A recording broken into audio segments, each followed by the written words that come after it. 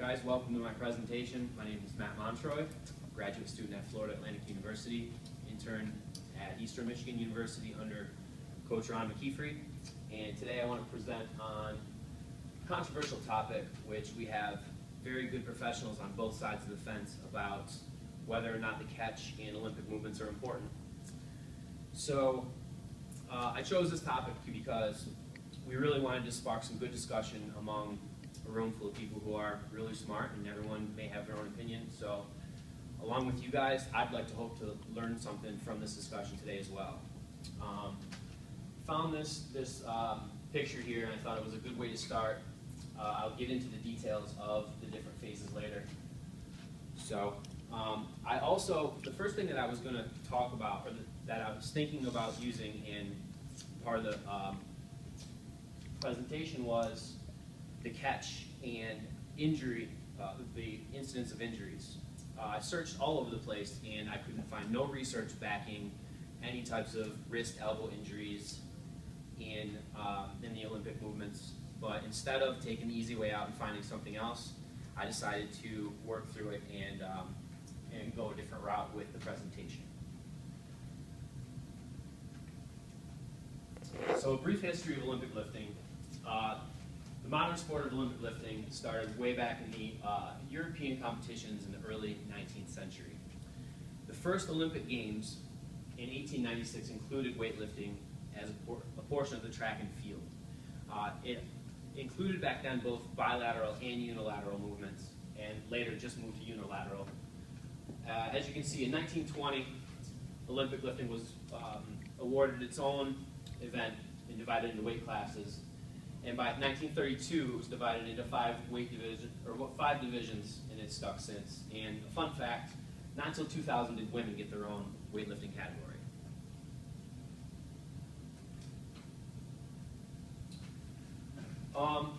So the discipline of Olympic weightlifting tests explosive power, and this little coin here is a Greek Olympic lifting commemorative coin. I thought that was pretty cool, so I wanted to put that in there. So what do we use it for? We commonly use it for athletes as a tool to improve the peak power output, rate of force development, explosive power, and to apply it to explosive competitive sports. Okay, benefits of Olympic lifting: increases rates of force production, peak power output, average bar velocity, and then one thing that's interesting is it improves concentric, eccentric, and isometric strength when you use the entire chain with the catch. Okay.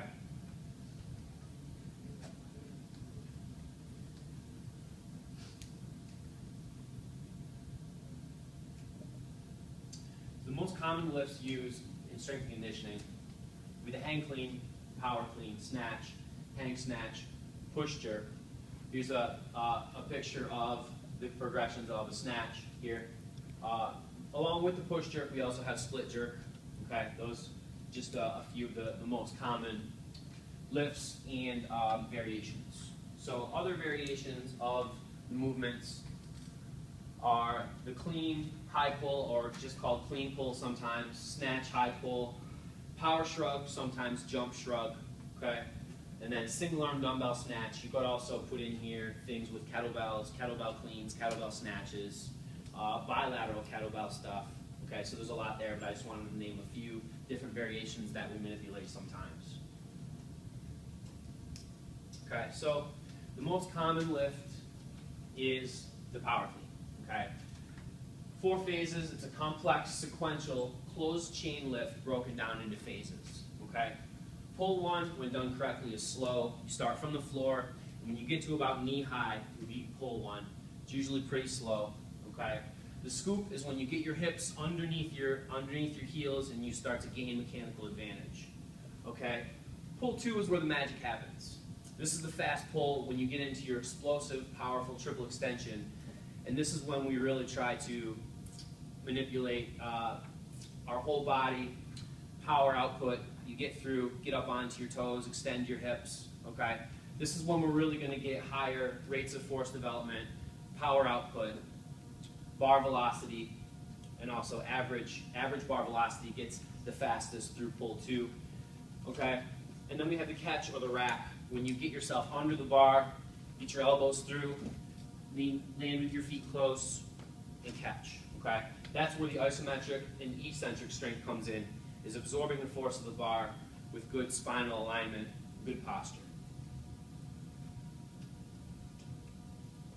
So I want to stop there. Before I get into the pros and cons that I put down in the next slide, I would like to ask you guys, what do you think are some pros and cons of doing the entire sequence of the lift versus maybe removing one phase or another based on the explanation that pull 2 is really where we get most of our force production. So I have 3 very good coaches here who I think I've seen manipulate different progressions and different phases of Olympic lifts.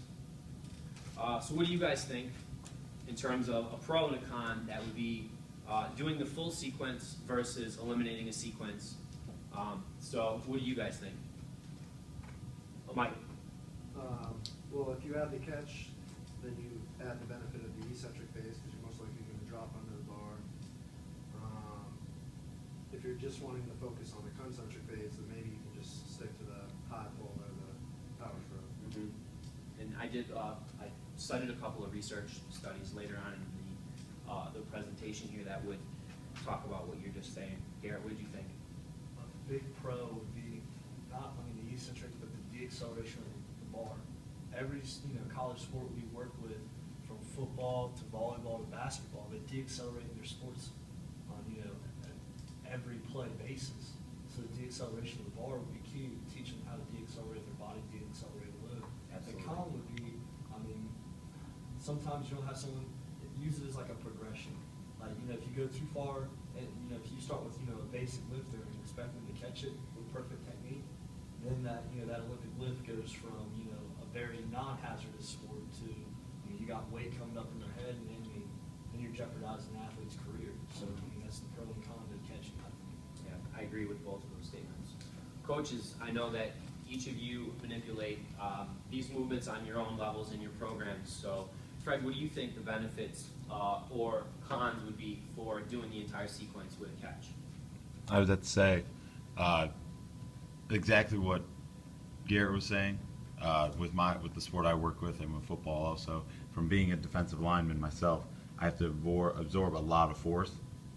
So being able to catch and absorb that in an Olympic lift to mimic that, so when I get on the field, I'm used to absorbing force. I can take it and I can put it back into where it came from. That's a huge pro for me. Cons is from playing, my wrists hurt, like wrist, fingers hurt, stuff like that. But that's just something you have to deal with as being a football player or any athlete. There's things that are going to hurt, so we have to modify things around it. Mm-hmm. And one of the things that I actually highlight later in the presentation here is everything in sports and strength training is a nuance. There's no black and white answers. So I've noticed in Coach Mac's program, you start with your Olympic lifts and your catches, and as we progress through the season, I'm seeing less of that, maybe to protect those type of things that you just highlighted.